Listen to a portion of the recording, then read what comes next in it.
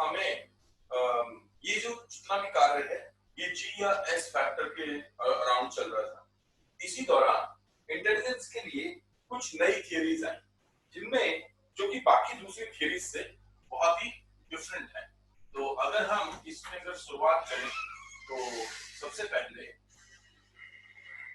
हम चलेंगे कैटल पे, दूसरी थियरी होनी चाहिए वर्नॉन की, और तीसरा सेक्शन होना चाहिए बर्ट का।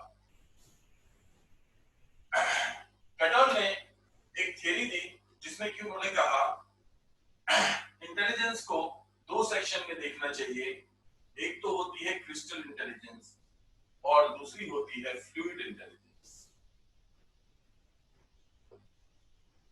फ्लूइड इंटेलिजेंस एक ऐसी इंटेलिजेंस है जिसमें कि तरलता पाई जाती है, ठोस, ये आती है एक्सपीरियंस से, और ये कहीं ना कहीं डायरेक्टली जुड़ी होती है प्रॉब्लम सॉल्विंग या क्रिएटिविटी से। कैटल की जो ठोस और तरल बुद्धि है, इस ठोस और तरल बुद्धि को देखा जाता है मुख्य रूप से अगेन उन्हीं दो फैक्टर्स के कंट्रास्ट में, जिन दो फैक्टर्स की बात सबसे पहले चार्ल्स स्पीयरमैन ने की। कैटल की जो थियरी है उसको इंटेलिजेंस की एक प्रोमिनेंट थियरी के रूप में देखा जाता है, जिसमें उन्होंने थियोरेटिकल फ्रेमवर्क के रूप में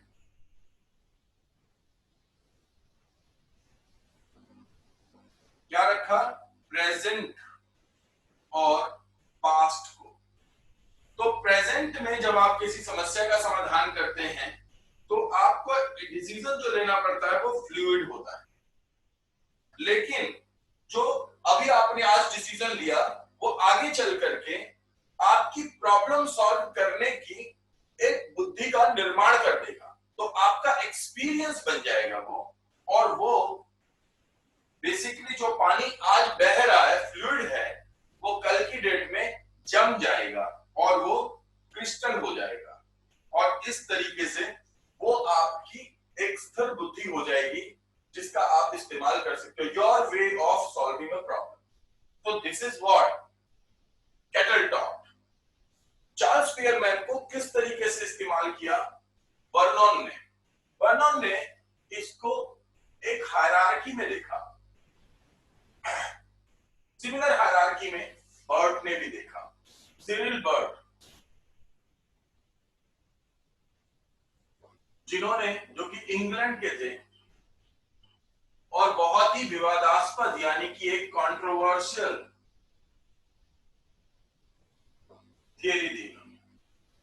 बाद में अमेरिकन साइकोलॉजिकल एसोसिएशन को इस बात का निर्धारण करना पड़ा कि ये जो थियरी है इसको इसको एक्सेप्ट नहीं किया जाना चाहिए। लेकिन इन्होंने जो मुख्य रूप से काम किया वो किस चीज पे किया, क्यों विवाद था, पहले इसको देख लेते हैं। इन्होंने काम किया कि एक एनवायरमेंट फैक्टर होता है, एक एनवायरमेंट फैक्टर होता है इंटेलिजेंस को प्रभावित करने वाला। इन्होंने कहा कि भाई जी सही है जनरल इंटेलिजेंस, इसके बाद एस भी सही है स्पेसिफिक इंटेलिजेंस, लेकिन इसके बाद में इन्होंने 4 लेवल की बात की। कितने लेवल की? 4 लेवल की, जिसमें इन्होंने एक तो रखा एसोसिएटिव लेवल, दूसरा रखा प्रैक्टिकल लेवल, तीसरा रखा परसेप्शन लेवल, और चौथा रखा स्पीड ऑफ स्पेशियल लेवल।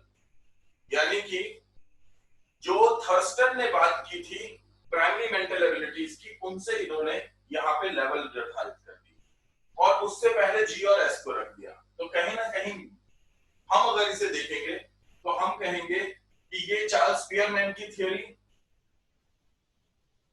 आप अगर इसे समझना चाहें, और थर्स्टन की थ्योरी,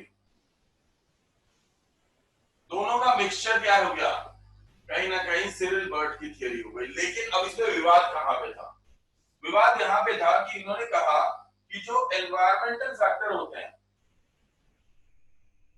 एनवायरमेंटल फैक्टर का मतलब क्या हुआ? पर्यावरणीय कारक,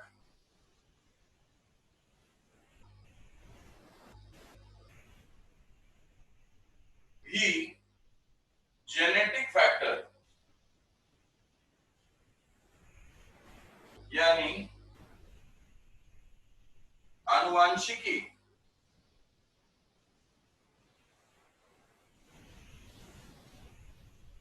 पर निर्भर करते हैं। पर्यावरण कारक आनुवंशिकी पर निर्भर करते हैं।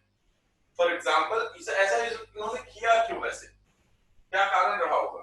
क्योंकि यूरोप में बहुत सारे माइग्रेंट लोग रहते थे, और या फिर कलर्ड लोग रहते थे। कलर्ड लोग कौन हुए? मतलब कि वहां के लोग गोरे होते थे और दूसरे जो अफ्रीका से या फिर अफ्रो अमेरिकन आकर के वहां पे बसे हुए थे।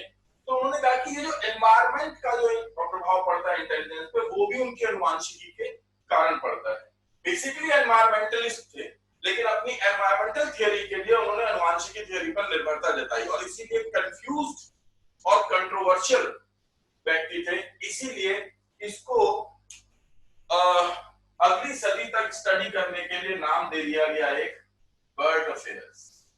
याद रखिएगा, जब बर्ड अफेयर्स की बात की जाती है तो वो है सिरिल बर्ड के बारे में। अफेयर्स मतलब कि उनके द्वारा किए गए कार्य कोई थियराइजेशन नहीं था, बल्कि उनको अपनी डे टू डे हैपनिंग में जो जैसा लगा उसके आधार पे उन्होंने अपने परसेप्शन को ही छाप दिया। इसी वजह से बर्ड अफेयर्स कहते हैं। जहां तक हायरार्की की बात होती है तो जी और एस की तो इन्होंने बात की। इसमें सबसे महत्वपूर्ण रोल माना इन्होंने जी को, और जनरल इंटेलिजेंस को फिर उन्होंने दो चीजों में बांट दिया। एक तो एबिलिटी के रूप में बांट दिया जो कि ब्रेन से होकर के आती है, बेसिकली वर्बल। कैसे? वर्बल। और दूसरी इन्होंने काइनेस्थेटिक बांट दी। तो ये कौन सी हो गई? ये हो गई जो मोटर स्किल है आपके। इन्होंने इंटेलिजेंस को जो जी फैक्टर है उसे तो एक जगह पे रखा, जी फैक्टर को फिर फर्दर जैसे एस में बांटा था तो उस एस को कई भागों में बांट दिया। एक हो गई शारीरिक और दूसरी हो गई मानसिक, और उसके बाद फिर इन्होंने उसको अलग अलग फैक्टर्स में बांटा जो कि आप थर्स्टन के प्राइमरी मेंटल एबिलिटीज में पढ़ते हैं, और इस तरीके से एक उल्टा पेड़ बना दिया इन्होंने। इसीलिए इसको एक ट्री स्ट्रक्चर बोलते हैं, और इसमें एक हायरार्की क्रिएट की गई, and this is called hierarchical intelligence model. इसे कहते हैं हायरार्किकल इंटेलिजेंस मॉडल वर्नॉन का। आपको केवल इसका नाम ही याद रखना पड़ेगा, बहुत ज्यादा स्टडी नहीं होता है, तो आप इसे बुक में चैप्टर नंबर 6 में देख लीजिएगा। तो ये तीन वो मॉडल हैं जिन्हें मॉडल्स बोला जाता है अलग अलग इंटेलिजेंस के।